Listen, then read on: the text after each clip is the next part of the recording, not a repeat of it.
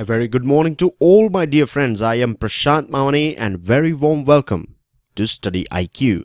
Dear friends, I'm sure you would be aware about this thing that it is part of our Indian culture that we are trained, or you can say a sort of culture is inculcated in it, a practice or ritual is inculcated in it, that we pray for the whole world, isn't it? And I'm sure that this sort of thing would be applicable, or this sort of thing would be taught to the younger generation of other countries as well, and no doubt about it, because at the end of the day we all are human beings. But what I'm seeing, or what we are observing recently, is that at one side we are praying, and we are praying for the whole world, and we are celebrating all sort of religious festivals, but once these festivals are over, this is the side effect, or this is the byproduct of all these religious festivals and other festivals as well.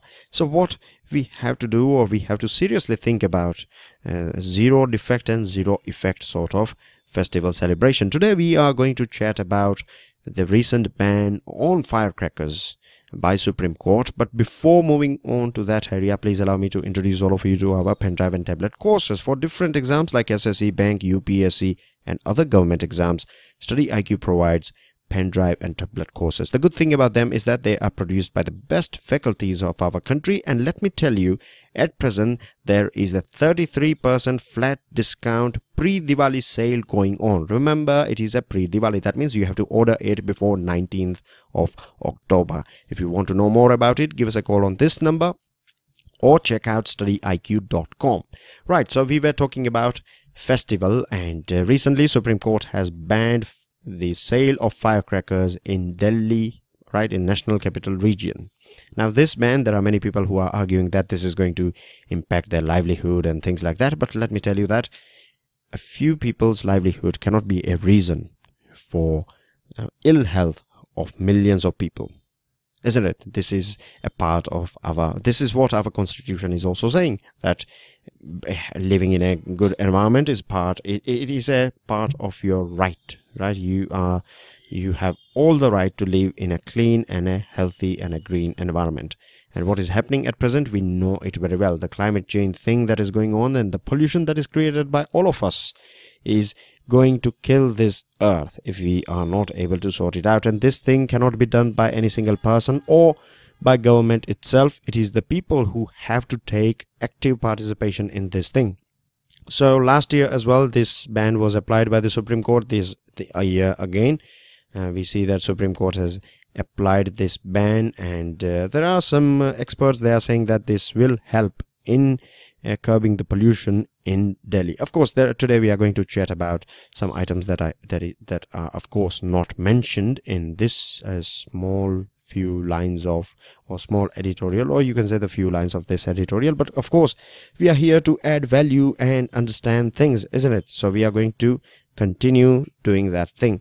So we were talking about that pollution. There are some experts who are saying that the pollution will come down after this ban, because in Delhi there is one more problem during this time of the year in October, and this problem is caused by this crop residue burning, basically known as stubble burning. Now regarding stubble burning, let me tell you that there is a special video lecture available on StudyIQ.com. When I say StudyIQ.com, I mean to say the official channel, a YouTube channel of StudyIQ. You'll find a stubble burning video in Hindi. It is available there. The English one is coming today. So if you prefer English one, then stay tuned, and this will provide you some solutions as well. But of course, the steps that are taken by Supreme Court and the government at present, like banning this firecracker sale, they are all sort of piecemeal solution. They are not a sort of long-lasting solutions, and it looks like it is sort of this even odd license, odd even, or even odd license number plate scheme. It created more trouble rather than producing any sort of results. And it is of course not only this firecrackers, there are other sources of pollution as well, like construction dust. Then you have vehicular pollution, waste burning, and generators and crop residue burning. And this stubble burning is not only affecting the part of Delhi, but it is creating a sort of smoky situation the whole of Indo-Gangetic Plains, because this practice is followed in Pakistan as well. It is followed in the state of Punjab, Haryana, parts of Uttar Pradesh, parts of Rajasthan as well. So when they are burning this thing, the whole smoke is coming towards Delhi, because at this point, at this time of the year, the winds are traveling from the northwestern side, and northwesterly winds are traveling towards the they are heading towards Bay of Bengal. So this is one of the reasons why Delhi is facing this sort of problem. So what could be the solution? One solution suggested by the article, this editorial, is that using this happy seeder machine. This is a happy seeder machine, and what it does is basically the residual of this paddy plant, right, the paddy straw, rather than chopping it off, what it does is it pushes it in the ground, and after a couple of days you find that this residuals starts decomposing, and there are many studies that indicate that it can increase yield, right? It can increase the overall production, but again, for poor farmers, for small farmers, it is not an option at all, because it is going to cost them money. Now there are many governments, like say for example Punjab government is providing a sort of subsidy. NGT, that is National Green Tribunal, has clearly stated to the Punjab government that, or other governments, that these are the facilities that you should provide. This happy seeder should be provided for free to small farmers. For medium farmers you have to charge 5,000, and for the bigger one or the larger farmers you have to charge 15,000, etc., etc. So again, if the farmers are going to find that they have to spend money after this thing, then they are not going to get motivated to use this happy seeder, even if government is providing it for free to small farmers. The thing is that it takes huge amount of time. They have a very short time between Rabi and Kharif and Rabi, if we go in the order, because Kharif is over and now we are heading towards Rabi season. So they have very few weeks in their hand. So, and it requires labor as well, some sort of labor. So they are not motivated to use this thing. And there is another option: biomass energy can be produced out of this paddy straw. For that you have to chop it down, and if you chop it down, then you have to use labor, and it is going to be costly and time consuming, and the money that you get out of supplying this chopped paddy straw is not that lucrative. It's not that attractive. So this is the reason why farmers are not going on for chopping this thing and supplying to paddy for this biomass energy production plants. Other solutions, as I told you, you will find them in the English section, English video of stubble burning, because here we are talking about this firecracker thing. But again, let me tell you that we have to understand that festival, this Diwali, is a festival of light and not a festival of noise, right? And there is no sort of fixed timing of this cracker busting as well. It may sound a bit weird because we do not, in India, we do not basically follow this sort of rules and regulation. It goes on for 24 hours, and we don't consider its negative impact on, say for example, some elderly people who are suffering from cardiac diseases. We don't even care about animals. We clearly know that some birds, animals like dogs and cats, they can hear louder than what we can hear, and this sort of bombs and other firecrackers are a sort of psychological torture for them. And we have no right as well to disturb peace. When we find a tiger in our society or nearby our society, what we do is we kill him or her, isn't it? If it's a tigress, then we kill her. But this sort of things, what we are doing, we never take any sort of, we don't pay any heed to this thing. So this, we have to become more human when we talk about, when this sort of festivals, any sort of festival that are creating any sort of pollution or disturbing the peace of this earth, then we have to, of course, think about it. And this sort of questions could be asked in your prelims mains examination as well. Now, one more thing is regarding technologies. Now, in USA, they have invented, or there is a technology in USA, and through that they can produce noiseless crackers. So we can bring this technology in India as well.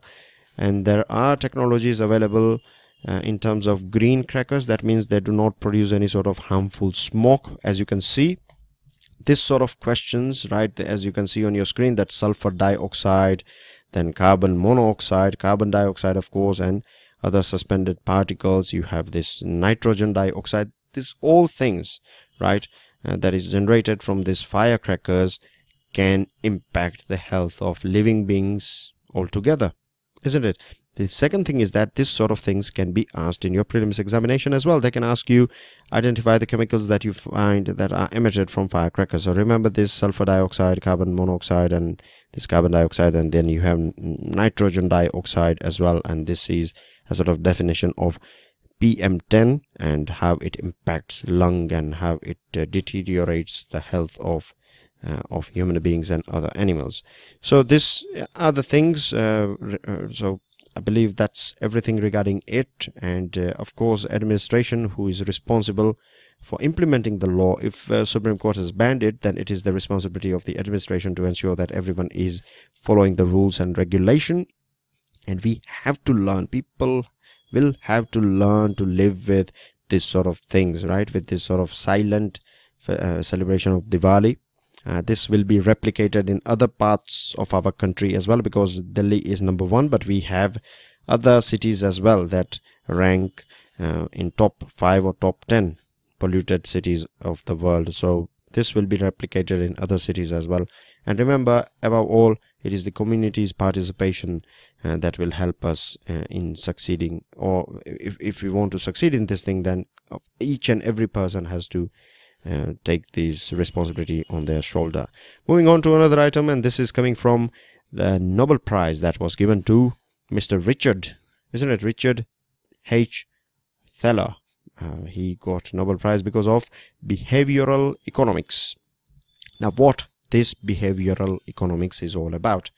If you remember, a couple of days ago, we were talking about how this confidence and how this psychology plays an important role in investors' confidence, or how it impacts decision making of an investor. If he is confident, if there is a positive vibe in an economy, then everyone will feel that, okay, let's borrow some money from the bank and let's invest it in the market or in a business. And because the sentiment is good, or because there is a sort of positive vibe that the economy will come up or everything is fine, etc., etc., this sort of positive vibe is helpful in ensuring that economy, the wheel of economy, is in motion.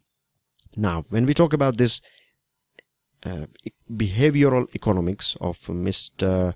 Thaler or Richard, then we find that it is very simple, right? I'll try to break it down as much as I can for you guys. I'll try to make it as simple because, as I told you, as you would be knowing, that from management background, I know this sort of things. I have learned about this and I have applied this thing as well in my professional career. Anyways, so decision makers, when you talk about human psychology and economics, then you have theories of economics, like, say, for example, demand and supply. We know that if the petrol production is down, and if the demand is there of this petrol, so supply is less and demand is high, so naturally the price are going to go up, isn't it? Because there is a high demand but the supply is less. It's something like you have 10 children in a classroom and you have 1 chocolate, isn't it? So you have to arrange a sort of competition. Same thing applies to the Civil Services Examination as well. You have few seats for IAS and you have many people, so it is in high demand. Yes, supply is high, so they have to increase the level of examination. So this is a sort of basic rules regarding demand and supply. But when it comes to real life examples, it is not necessary that we follow this thing. For example, if there is a rainy day and you know that an umbrella will cost you 100 rupees, right? You are not having an umbrella and suddenly there is a sort of cloud burst. Everyone is rushing to this supermarket for purchasing umbrella. Then supermarket cannot charge extra money for that umbrella. I'm not talking only about supermarket. You will argue that over there they have MRP and things like that. Let's take another shop that's not dealing with MRPs, right? You have an un-MRP umbrella. So if you know that this will cost you 100 rupees and if that person is charging more from you, then of course you are not going to feel good, isn't it? It could be a one-off transaction with that business, but the next time you won't go there. I'm sure you might have also heard about or gone through this experience that there are many mobile shops, right? They charge you extra 5 rupees or 10 rupees for mobile recharge, isn't it? I'm sure you might have experienced this sort of things, or many times you might, if you are traveling somewhere else, then they do this thing as well, that charge you 5 rupees or 10 rupees extra for water bottle. So you know that if they charge you extra, then the next time you are not going to go there, because the person does not know anything about this behavioral economics.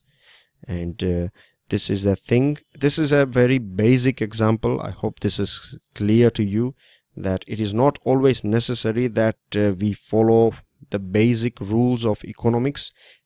When it comes to practical life, it all depends on human psychology. So what he has done, Mr. Richard, he has married this basic theory with human psychology, and this is the reason why he got this Nobel Prize.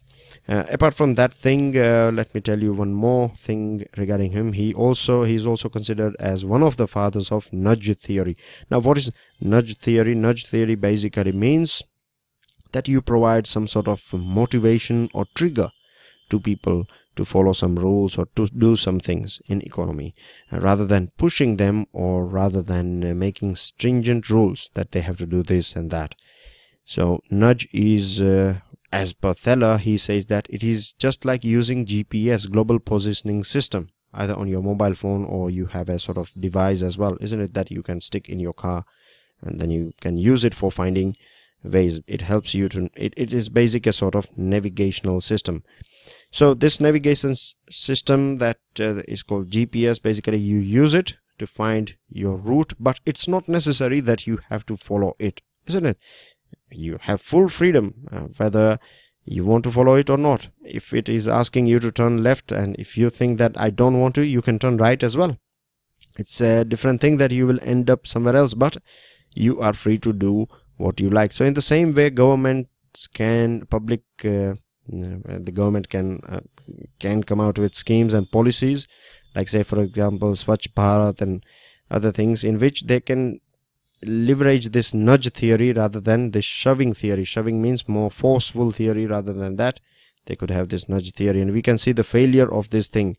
Many a times we know that there are some cases in India where people are not having access to toilet. If they are relieving themselves in open, then there are some people who are using whistles, or they are shaming these people and things like that, and this is not helping at all in changing their behavior. But if we motivate them, then we can change the thing. So this is nudge theory, and that's basically about everything about this social, or you can say behavioral economics. You may experience this thing when you go to supermarket. If you are waiting on a long queue, the way they design all these chocolates and other things in front of the counter, the chewing gums and other impulsive items, right? Many times we don't decide. We go to a supermarket, we are going there to buy for milk and other things, but as we are in the supermarket, we buy many other things as well, which we have not decided, or the items that were not part of our list. Then as well we buy them, because that's all about impulsive purchase, right? We do it without thinking about it. And again, this sort of theories as well, he's talking about this sort of theories and this sort of things. So that's everything about it. I hope I have tried my level best to make it as simple as possible, but of course you would require like some background knowledge regarding this whole things. But I'm sure for general studies this much is more than enough. Moving on to another item. This is about deep sea fishing and trawling, right? It is talking about Palk Bay. Now this is Palk Bay here, but before moving ahead, please allow me to explain a little bit what is the difference between deep sea fishing and trawling, because here it is, this particular article is talking about it is basically saying that deep sea fishing is the thing of the future and things like that, etc., etc. But anyways, what is the difference? Difference is that, say for example, this is India here, and you go far into the sea somewhere here, right? Then that is called deep sea fishing, right? You go further away from land, and the reason why you go there is because the fishes that you find, the catch that you find deeper in the sea is going to be different from what you find nearby this land portion. So this is one of the reason, and of course you can understand if you are going far in the sea, then it is going to be time consuming. You would require some sort of skills as well. So these are the necessary things with it. And when it comes to trawling, see, this is a trawling boat. What it does is it releases a net. I'm going to be very simple, I'm not going too technical here. So this is the net here, and the boat will keep on going, and it will take whatever it can with it in this net, right? So of course you can understand that there are some negative sides of this thing, because say for example you don't need this thing, but then as well it will be caught in this net and it will die. So this is the negative side of this particular trawling, right? So what this particular article is talking about is saying that recently Tamil Nadu Fishery University has organized a one-day workshop in Chennai on deep sea fishing. Now, as you know, what is deep sea fishing? And the main aim is to promote it, right? Because trawling, it is promoting deep sea fishing as an alternative to trawling in Palk Bay. Now, where is Palk Bay? Palk Bay is here. Here we have Sri Lanka, here we have India, and right between India and Sri Lanka, the waters that we have is Palk Bay. It is also, the water body is known as Palk Strait as well. This part, the yellow part, is Indian side, this part is Sri Lankan side. And quite oftenly we hear in the news that there is a sort of issues going on here and there between the people of Sri Lanka, or you can say the country of Sri Lanka, and the state of Tamil Nadu, because our fishermen, they have trawling boats, they venture out here and they catch the fish from this part, and many times nowadays they are been caught by the Navy of Sri Lanka and they are locked in jail as well. Their boats are captured as well, and this is creating a sort of political issue between these two friendly country and neighboring country. This is not at all good for India's neighborhood first policy.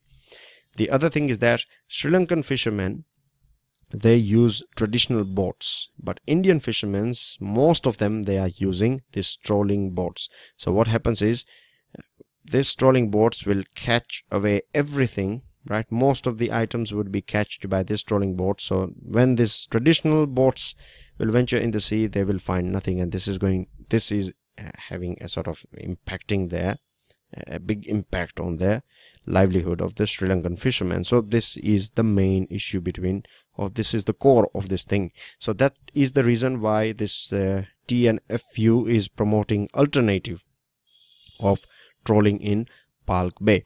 Now, Blue Revolution is pertaining to economic development, or using the natural resources that is available in ocean and seas for economic development. So this Blue Revolution has always considered this deep sea fishing as its integral part, and India is also trying its level best to maximize or to exploit as much as it can, of course in a sustainable manner, all the resources that is available within this economic zone, exclusive economic zone, 200 nautical miles. Remember, this is good for important for your prelims examination. So 200 nautical miles is also called as, or it falls within exclusive economic zone. So here we can do all this fishing and other natural resources.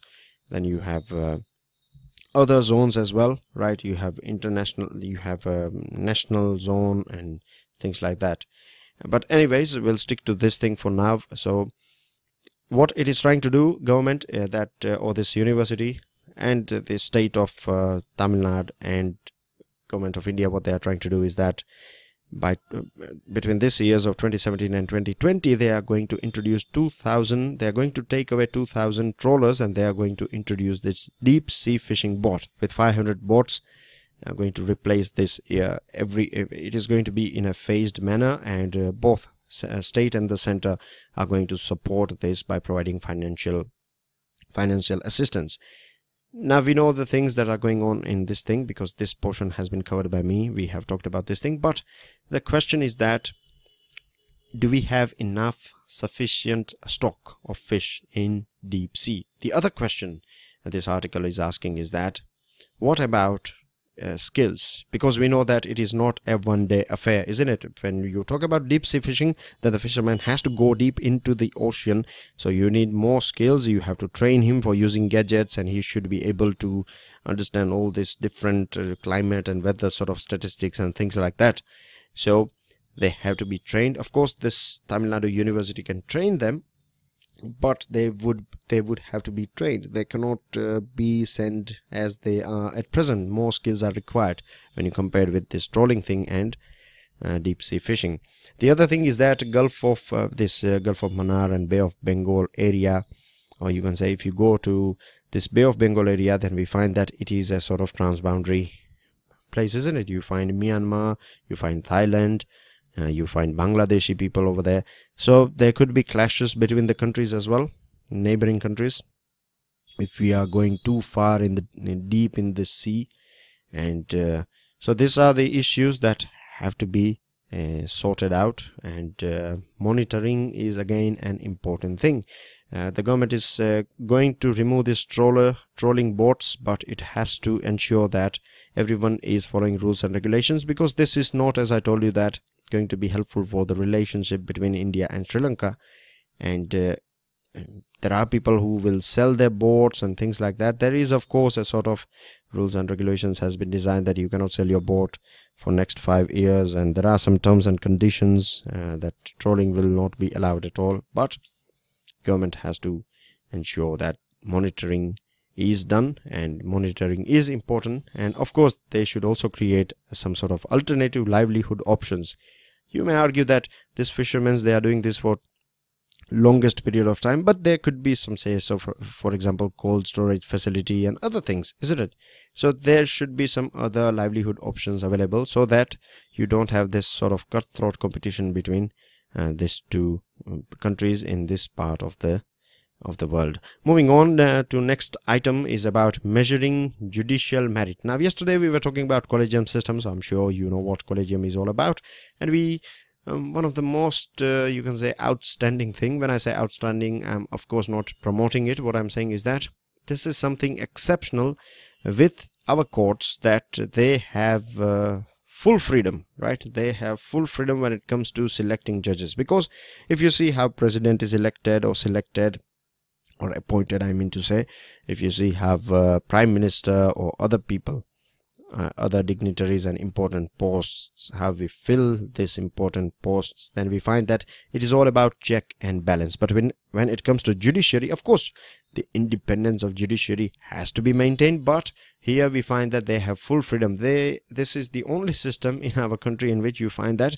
the senior people are selecting the junior ones, right? So this collegium is going to select people as judges, and there won't be any sort of outside checking at all.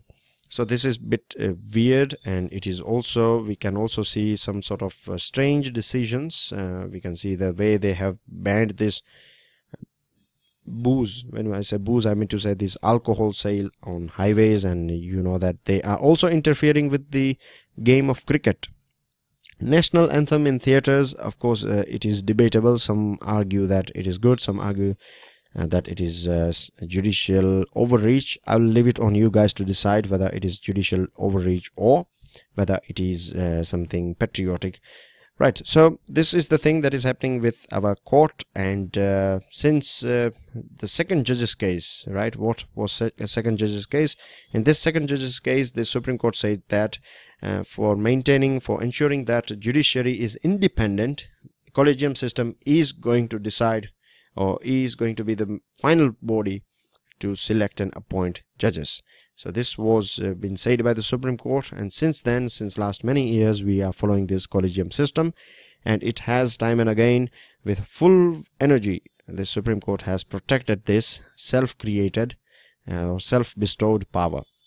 It has also struck down National Judicial Appointment Commission, and recently we saw a sort of controversy that was created by collegium system, because there was a person called Justice Jayant Patel. This is a very recent thing, and Jayant Patel was supposed to become High Court Chief Justice of a particular High Court based on his seniority, but he was transferred to other High Court So of course, when he is transferred to other high court, then there could be other people who could be senior than this Justice Jayant Patel. So he lost his chance of becoming High Court Chief Justice. So annoyed from this transfer, he resigned, and this raised a sort of controversy. And now there are people who are asking that how do we judge our judges? How can we judge? How can we know whether a person is eligible for being judge or not? Right? There are some rules that this many years and etc. etc. But because it is done by the collegium, it is again behind the doors. We were talking about that it is going to come out with the reason, but let me add that what the reasons that they are going to present is going to be a few line reasons. Like, say for example, they would say that judge number A is elevated to High Court because he is good, and he is good or average, right? So that this sort of couple of lines are not going to be enough. This is no sort of reason. And a famous US judge once noted that the political branches of government claim legitimacy by election, judges by reason. So judges have to work on reason. They have to provide the reason why they are elevating someone. Of course, there could be some sort of balance. Yesterday we talked about that it's not necessary that they have to give all the details, because it will impact the career of the serving judges, but there should be a valid reason if they are promoting someone, and this should be in the public, because we have a right to know how the justice system is working. This reasoning thing, or the way they are going to release this reason, is a positive sign, but of course we should not forget that this is just a first step, and the Supreme Court should realize, this collegium system should realize that they have great powers, and of course with great powers, with great power comes great responsibility. So they have to keep this in mind. Moving on to another item, this is about an interview of the lady that you can see on the screen. If you don't know who she is, then let me tell you that she is Soumya Swaminathan, and she is selected as a Deputy Director General of Programs at the World Health Organization. Right? This is a hip hip hooray sort of moment for our country. And she's basically her career. If you go through her career, then she has worked in academic environment, and she has been associated with research, and she has worked in area of HIV and TB, and because of this thing she has a good grip on health system. Because of her research area and interest area, she was exposed to public health system of our country. Now remember, this is an interview, and we know that this sort of interviews are not given only for civil services or different competitive exam aspirants, but what we have to do is we have to select bits and pieces that are important for us, and that's what I have done here. So I have provided a couple of points here for you guys. I'll quickly take you through it, and this will help you in your understanding as well as your mains answer writing.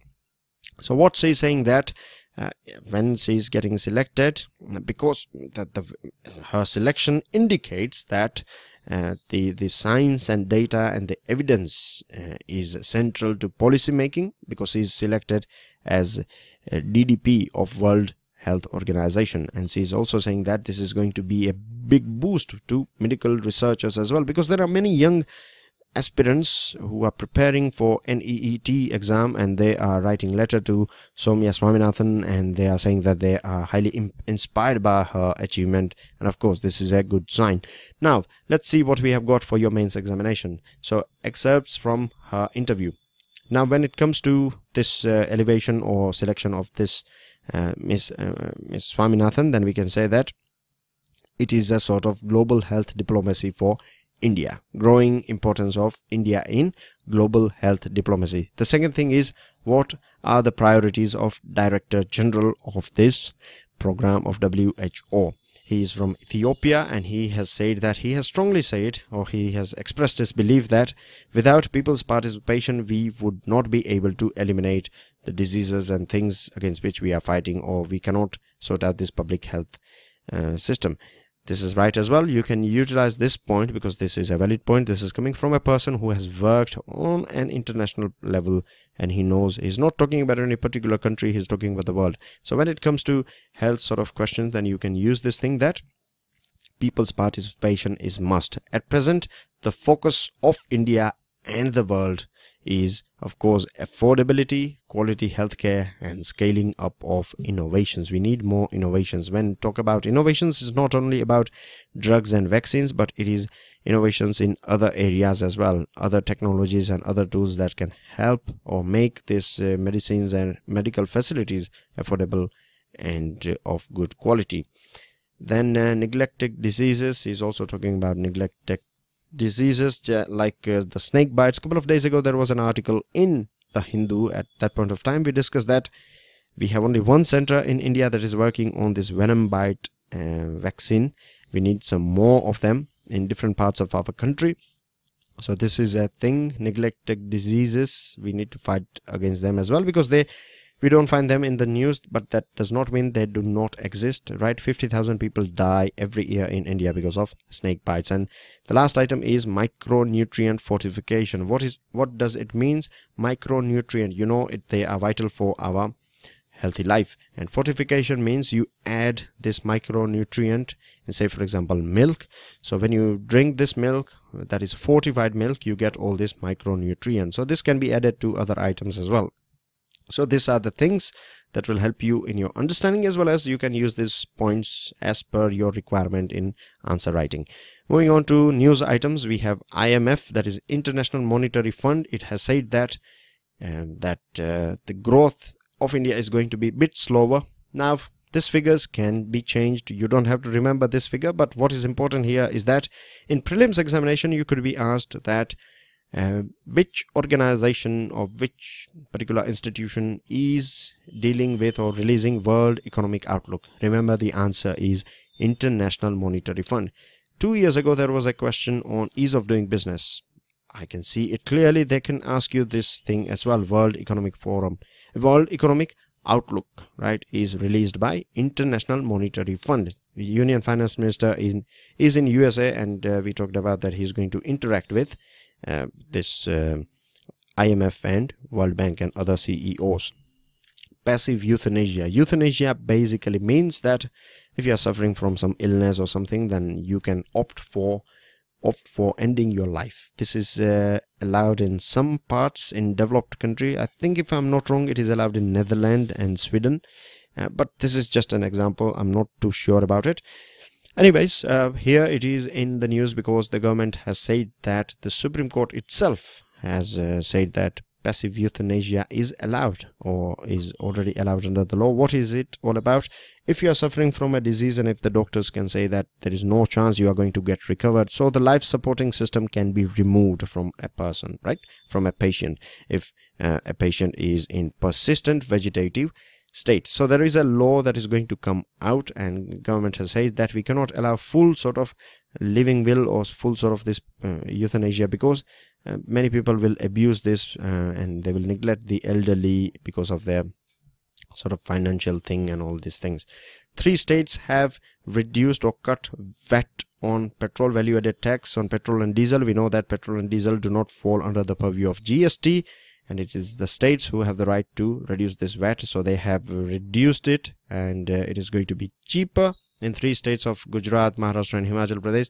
Now, there are both positive and negative sides. Positive side is people are going to feel more energetic, right? Because they would be spending less on the fuel money. They would be having a little bit of money in their pocket. But the other side is that it will tend people to burn more fuel, and it will be a loss for the revenue of the government. So in terms of environment, it is bad. In terms of revenue, it is bad, but in terms of people saving, it is a good move.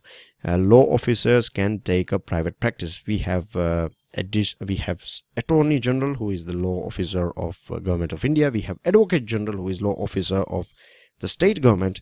And when we talk about central government or Government of India, then underneath Attorney General, you have Solicitor General and Additional Solicitor General, right?